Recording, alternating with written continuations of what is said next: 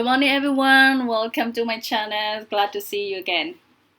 Okay, so previously I have talked about some introduction for CBCT. Today I would like to share about the guideline or guidance of the safe use of CBCT. It is very important. The guidelines are doing this to prevent you from harmful situation. I mean, for all the clinical staffs and patients, we are kind of protection.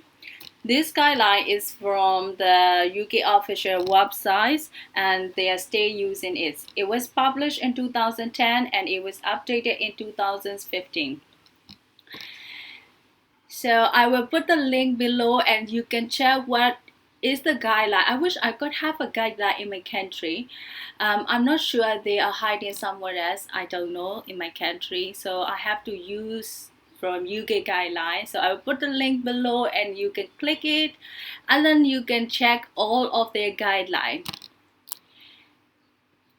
So I want to share some important information because it is just 5 minutes presentations.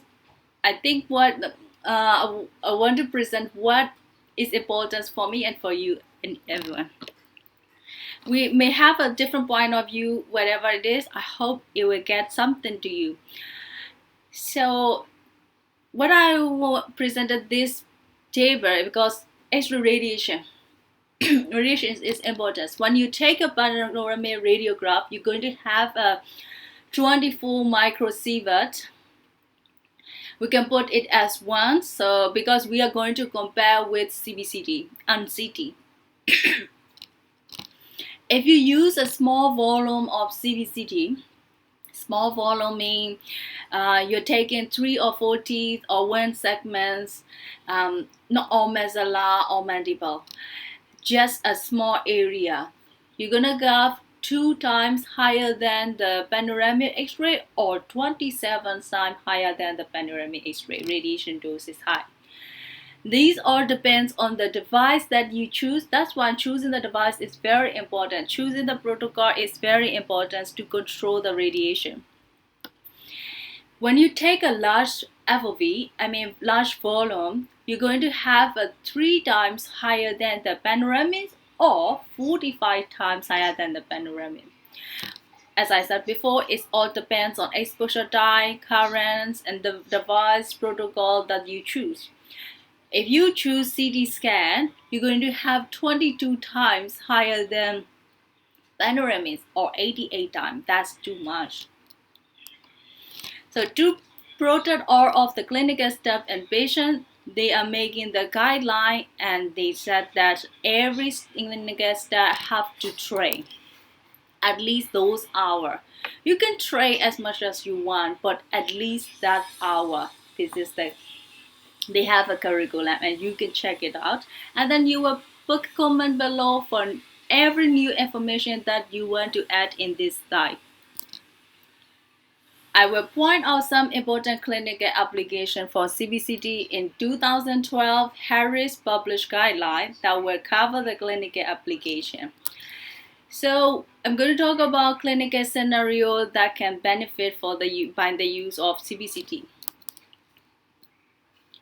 Sometimes when you do the clinical examination, you might not get enough information from your clinical examination. In that situation, you can have CBCT. Not straight ahead, you can have a conventional radiograph. Until so far, that radiograph they can give you some important information and you stay confused, you can have CBCT.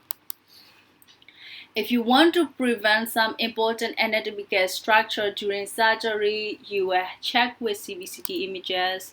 And then when you check bone height and bone width for implant placement and you stay, some of the cases are like borderline situation. You need to check again with CBCT. Well, sometimes we do surgical guides. For surgical guides, we need computer-assisted planning.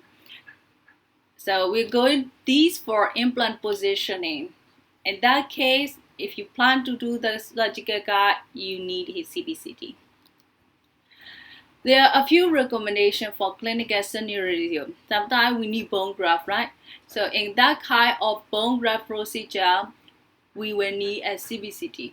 I mean, not local augmentation procedure if you need high other augmentation procedure, main extensive procedure.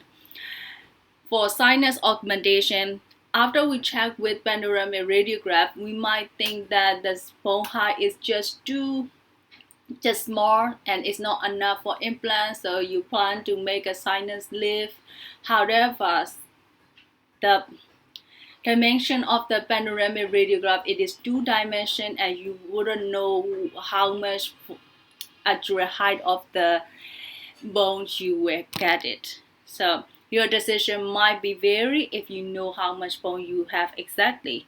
So in that case, you can have CBCT.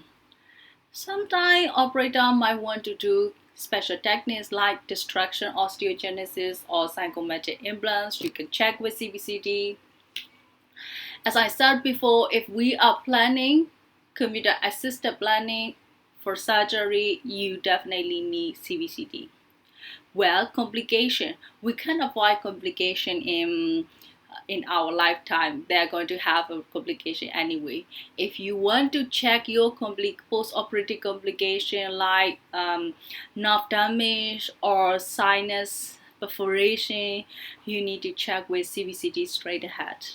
Well, that is all for this for today 5 minutes presentation. You can make a comment below because I did not put too much information in this small presentation. We are learning together, so not only from my side, you also have to learn by yourself, and I would be thankful so much if you could write down one comment from the regulation or guideline with the reference as well. Thank you so much and see you again. Hope to see you again. Let's see.